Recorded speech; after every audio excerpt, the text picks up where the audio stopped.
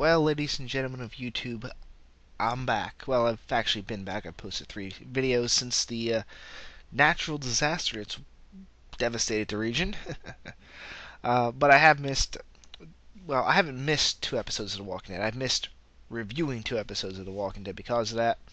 Obviously, Killer Within Power was still out during that time, so I was unable to review that one. That was episode 4. Episode 5, we had Power back by that point, but I was working late that night. I wasn't able to do the review. But I am here today. I am here to review Hounded, which is episode 25 in total, episode 6 of season 3.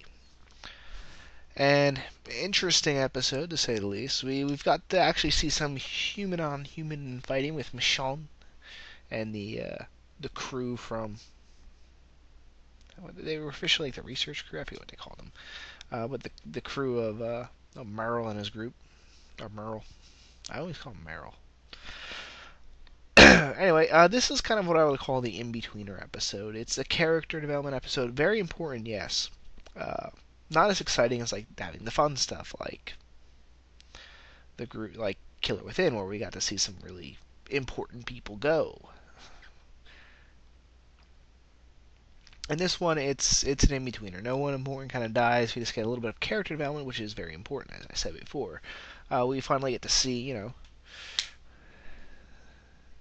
well, I don't know, which is, well, okay. We see Rick go absolutely bullshit insane as he starts getting phone calls. And at the end of the, spoilers, yes, this is a spoiler-filled, it's a TV show, though. I'm assuming at this point you've seen it.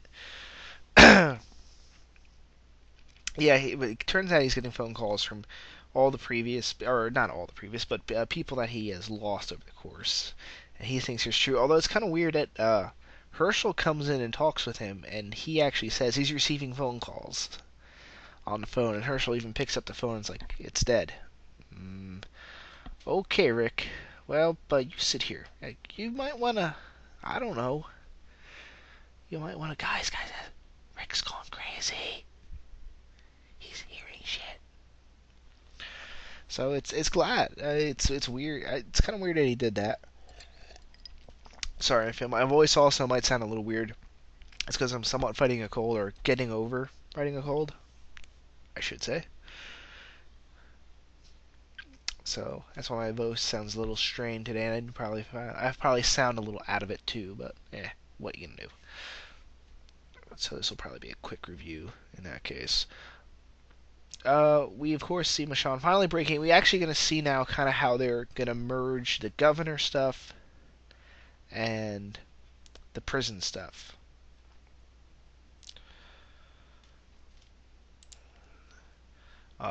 Which is the other big thing. I mean, with the Rick one, we get the character of Rick finally realizing he accepting Lori's death. We now have 2 episodes of 2 completely different types of crazy. We had Blood Rage crazy last episode. Now we have the hallucination inner character development, which is what I like to call the Hollywood crazy, where people kind of go nuts, and instead of having what normal people have, okay, not normal people, but when people normally go delusional, it's not normally some sort of insightful hallucinations they get. It's, balls out crazy ass shit, as they say. Oh, hey, it's a pink friggin' elephant. Crazy stuff like that. Or even, well, I'm not gonna tell all that. Anyway, that's why I like to call this Hollywood crazy, because, well, they actually have this weird, insightful thing where their inner, I don't know what you would call it, their inner ego, inner subconscious fully talks to them and tries to really reason with them, unlike, the true craziness.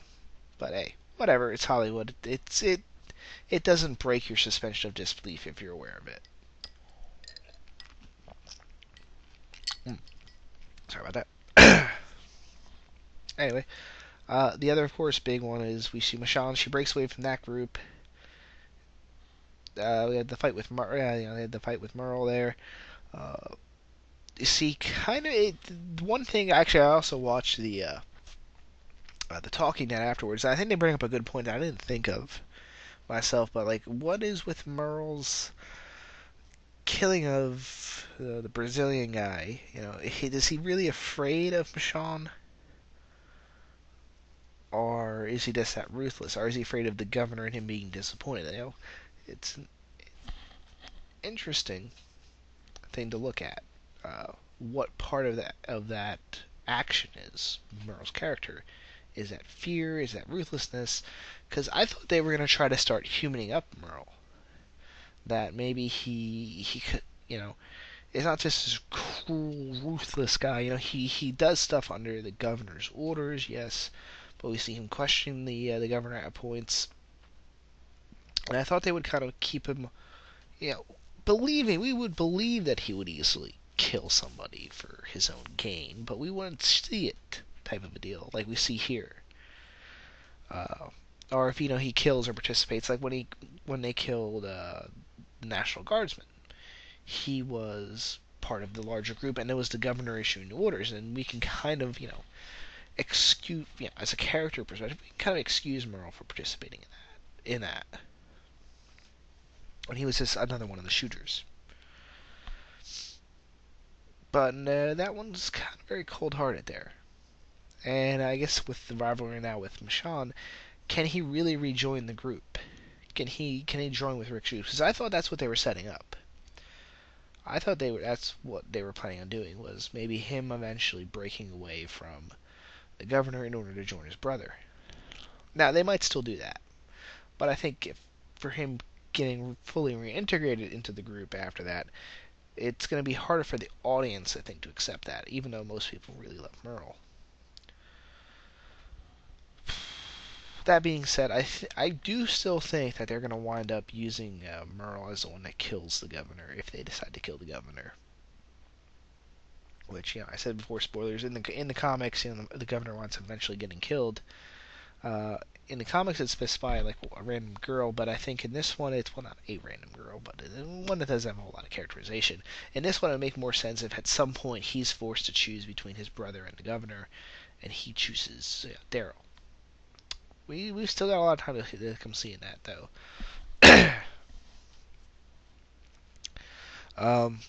They bring back, and actually this is kind of weird too. After Michonne breaks away and escapes from Merle and his group, they have her she gets the blood cut all over her. She seems surprised that the dead do not attack her. You figure, considering she was the one hauling around the zombie pets, she would, I don't know, realize it, almost known immediately, go, oh yeah, I'm covered in blood and zombie guts, so they think I'm one of them.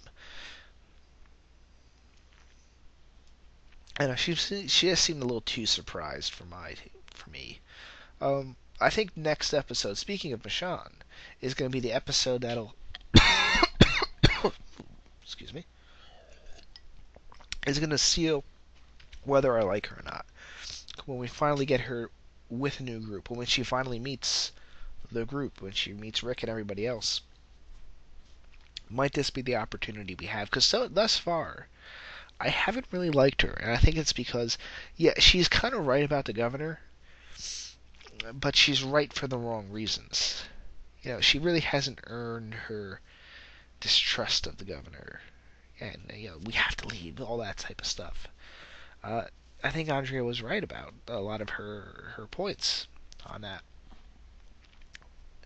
So I think it's going to be the next episode or the one after that'll really solidify, am I going to like her as a character? If maybe they might be setting her up as she's at this point now where she's just very distrustful, unreasonably so, and maybe she will finally slowly break down, and that'll be the character movement. That'll make me like her better.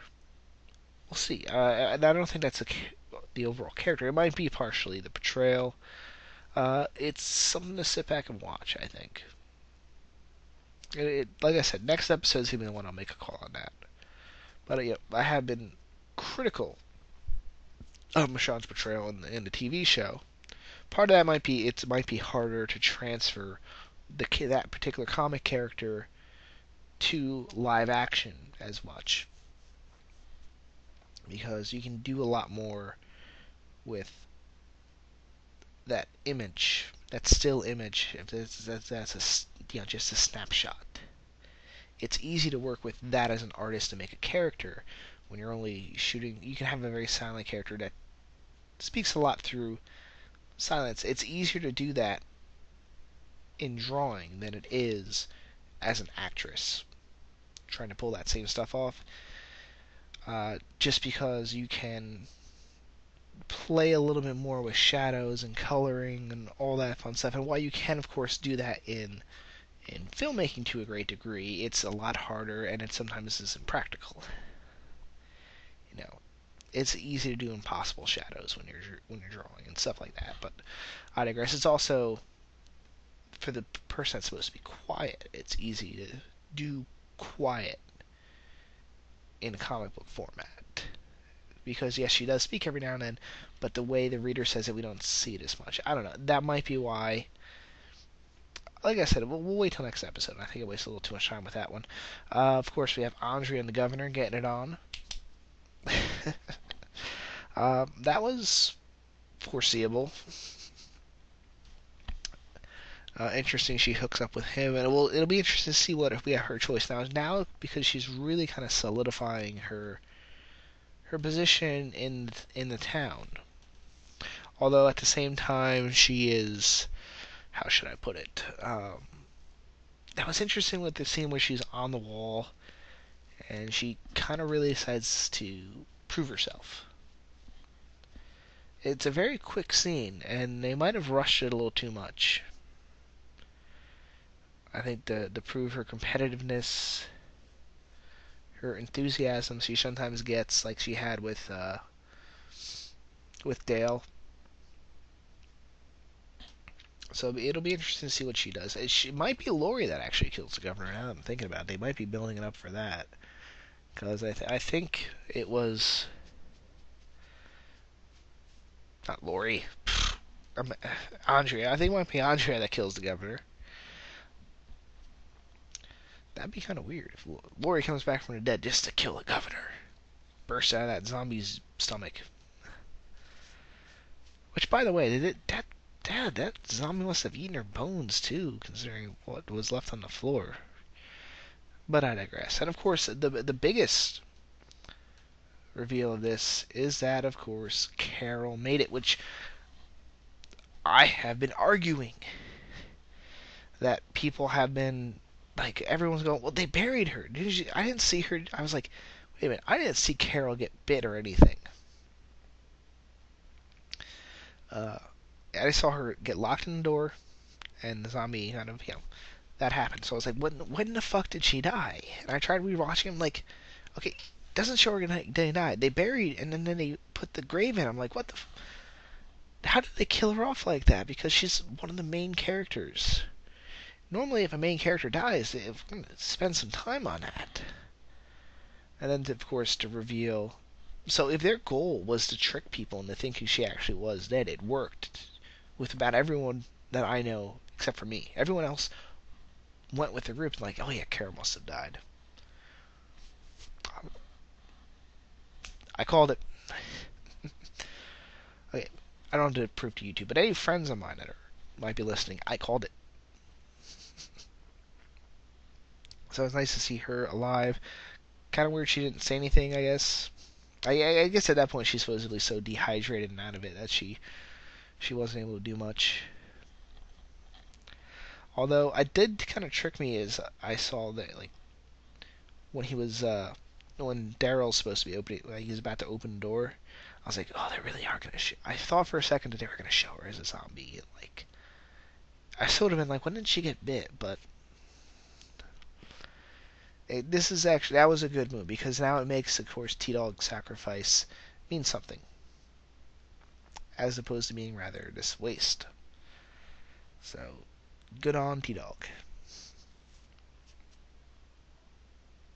Well, I guess that's it for now. We're going to see next week when, again, we finally start seeing the true integration of the two plot lines we've had this season thus far.